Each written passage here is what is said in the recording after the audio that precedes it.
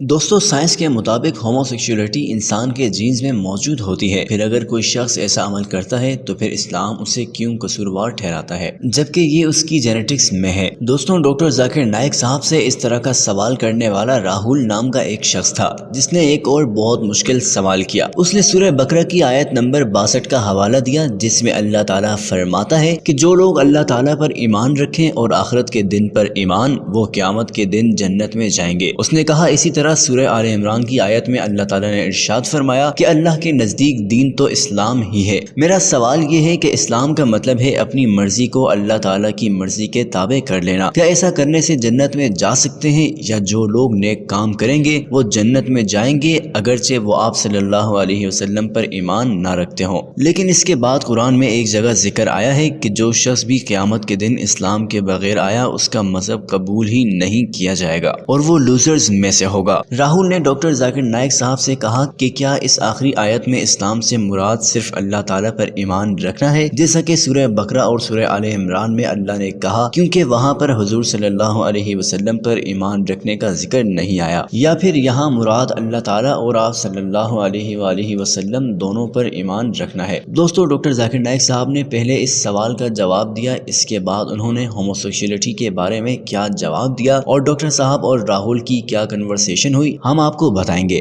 آپ اسے ایک سوال نہیں بلکہ ایک شخص کا کفر سے اسلام تک کا سفر سمجھیے گا۔ ویڈیو کو پورا دیکھیے اور لائک ضرور کیجیے گا۔ دوستو ڈاکٹر ذاکر نائک صاحب نے سب سے پہلے راہل کی کہی ہوئی آیات کوٹ کی جن میں اللہ تعالیٰ نے فرمایا ہے کہ جو شخص اللہ پر ایمان رکھے گا اور آخرت پر ایمان رکھے گا قیامت کے دن جنت میں جائے گا۔ دوستو ڈاکٹر ذاکر نائک صاحب نے فرمایا یہ آیت اس طرح نہیں ہے جس طرح آپ سمجھ رہے ہیں۔ آپ اگر اس آیت کو کانٹیکسٹ کے ساتھ ملا کر پڑھیں گے اور اس کا پس منظر دیکھیں گے تو پوری بات سمجھ میں آئے گی۔ یہ آیت اللہ تعالیٰ نے اس وقت نازل کی جب لوگ آپ صلی اللہ علیہ وسلم کے پاس آئے اور پوچھا کہ ان کی پہلے کی زندگی کا کیا ہوگا جب وہ عیسائی یا یہودی تھے، تو اللہ تعالیٰ نے یہ آیت نازل کی کہ اگر کوئی شخص آپ صلی اللہ علیہ وسلم کے اس دنیا میں آنے سے پہلے اللہ پر ایمان رکھتا تھا اور آخرت پر بھی تو وہ جنت میں جائے گا۔ ڈاکٹر صاحب نے کہا اس کا یہ مطلب نہیں ہے کہ آج کوئی عیسائی یہ کہے کہ عیسیٰ علیہ السلام خدا ہیں تو وہ جنت میں چلا جائے گا۔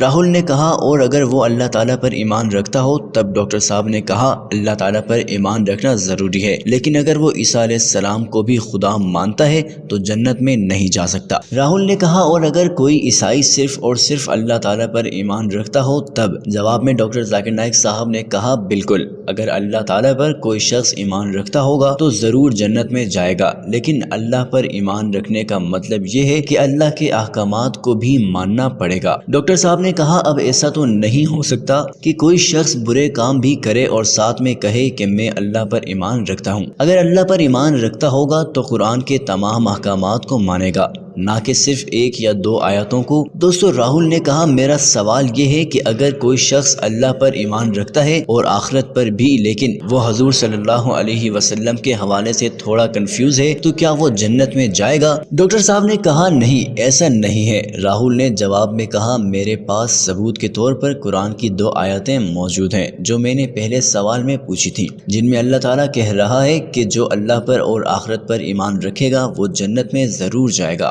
اس میں تو نبی صلی اللہ علیہ وآلہ وسلم کا کوئی ذکر نہیں ہے۔ ڈاکٹر صاحب نے کہا کہ آپ اس آیت کو پھر سے کانٹیکسٹ سے الگ کیوں کر رہے ہیں؟ یہ آیات ایسے عیسائیوں اور یہودیوں کے لیے نازل ہوئی تھی جو اسلام قبول کرنا چاہتے تھے، لہٰذا انہیں کہا گیا کہ اگر وہ اللہ پر اور آخرت پر پہلے ایمان رکھتے تھے تو ان کی پچھلی زندگی کا ان پر کوئی گناہ نہیں ہوگا۔ لیکن اس کا یہ مطلب نہیں ہے کہ آج کے دور میں کوئی شخص یہ کہے کہ میں صرف اللہ پر ایمان رکھتا ہوں یا اللہ کے ساتھ ساتھ حضرت عیسیٰ علیہ السلام کو بھی خدا مانتا ہوں، یہاں تک کہ صرف حضور صلی اللہ علیہ وسلم پر ایمان رکھ کر بھی آپ جنت میں نہیں جا سکتے جب تک کہ اللہ کے تمام احکامات نہ مانیں۔ دوستو یہاں پر راہل نے کہا کہ میں اللہ پر بالکل ایمان رکھتا ہوں کہ وہ اکیلا ہے، اس کی کوئی اولاد نہیں ہے اور نہ اس کا کوئی باپ ہے اور نہ ہی اسے کسی نے پیدا کیا ہے۔ اس نے سورہ اخلاص پڑھی جس پر سارا حال تالیوں سے گونج اٹھا۔ لیکن ڈاکٹر صاحب نے فرمایا کہ یہ اسلام کا ایک حصہ ہے، مکمل اسلام یہ نہیں ہے۔ اگر آپ اللہ پر بھی ایمان رکھیں، حضور صلی اللہ علیہ وسلم پر بھی ایمان رکھیں، لیکن اچھے کام نہ کریں تو جنت میں نہیں جائیں گے۔ لہٰذا یہ سب چیزیں آپس میں ریلیونٹ ہیں۔ مثال کے طور پر آپ کو کہاں سے پتا چلا کہ اللہ ایک ہے؟ قل هو اللہ کا لفظ کہاں ہے؟ راہل نے کہا ظاہر ہے قرآن میں موجود ہے۔ ڈاکٹر صاحب نے کہا کہ قرآن مجید میں سورہ محمد بھی موجود ہے، اور اگر قرآن پاک کو اللہ کا کلام مانتے ہیں تو پھر اس کی تمام صورتوں پر ایمان رکھنا ہوگا۔ راہل نے کہا اس کے حوالے سے ابھی بھی میرے ذہن میں بہت سے سوال ہیں جو میں آپ سے پوچھنا چاہتا ہوں۔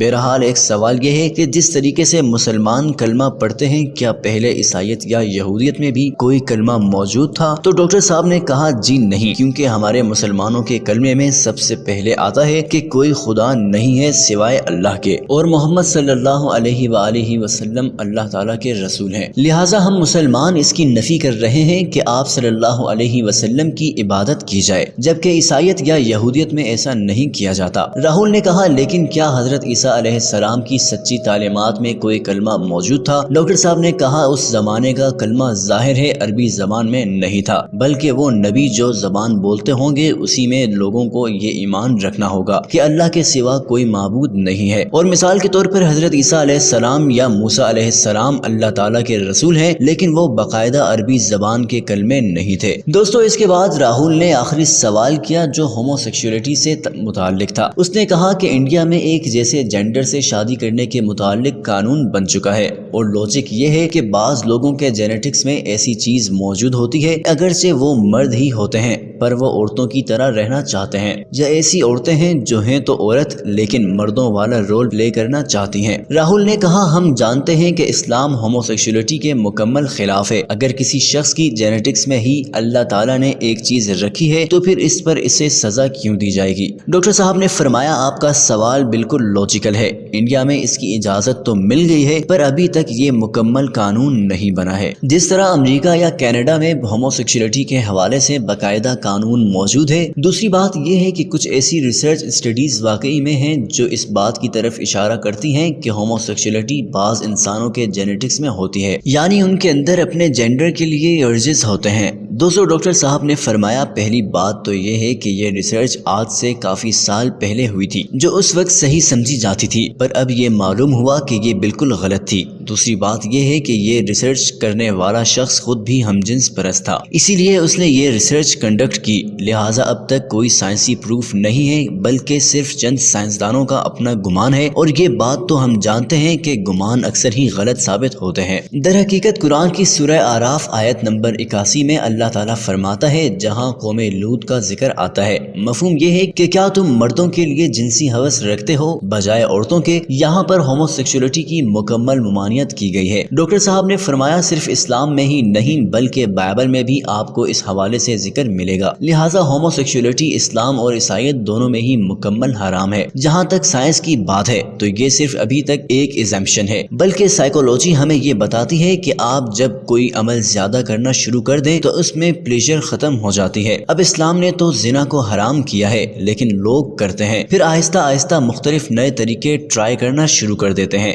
جو اسلام میں منع ہے، اس لیے پھر ان سے بھی دل بھر جاتا ہے اور انسان نئے راستے تلاش کرتا ہے جو اسے ہومو سیکشولیٹی تک لے جاتے ہیں۔ یہی وجہ ہے کہ سائنٹیفک ریسرچ ہمیں یہ بھی بتاتی ہے کہ جن لوگوں کے شادی کے علاوہ الگ سے تعلقات نہ ہوں وہ اپنے حلال پارٹنر کے ساتھ سیکس لائف زیادہ انجوائے کرتے ہیں۔ دوستو راہل نے ڈاکٹر صاحب کی بات کاٹ کر کہا لیکن یہ عادت تو چھوٹے بچوں میں بھی پائی جاتی ہے جن کی شادی بھی نہیں ہوئی ہوتی۔ ڈاکٹر صاحب نے کہا مجھے ذرا اپنی بات کمپلیٹ کرنے دیں۔ مختصر یہ کہ حرام میں پڑھ کر انسان زیادہ انجوائے کرنے کے چکر میں غلط راہ پر نکل پڑتا ہے۔ جہاں تک بچوں کی بات ہے تو ان میں یہ عادت جینیٹکس کے ذریعے نہیں آتی بلکہ بچے بلو فلمز دیکھتے ہیں، پورنوگرافک موویز دیکھتے ہیں۔ اسی طرح ماں باپ بچوں کے سامنے جس طریقے سے بیہیو کرتے ہیں اور اگر شرم و حیا کا لحاظ نہیں رکھتے تو یہ سب چیزیں بچوں کی سائیکولوجی پر ایک گہرا اثر چھوڑتی ہیں۔ ایسا نہیں ہوتا کہ کوئی پیدا ہوتے ہی ہومو سیکشول ہو، لہٰذا یہ ایک غلط اسٹڈی ہے۔ دوستو راہل نے ایک اور سوال کیا، اس نے کہا کہ اللہ تعالیٰ نے آپ کو مسلمان کیوں بنایا ہے اور دوسرے کسی شخص کو کافر کیوں؟ ہو سکتا ہے وہ ساری زندگی اسلام قبول نہ کرے اور بیچارہ جہنم میں چلا جائے،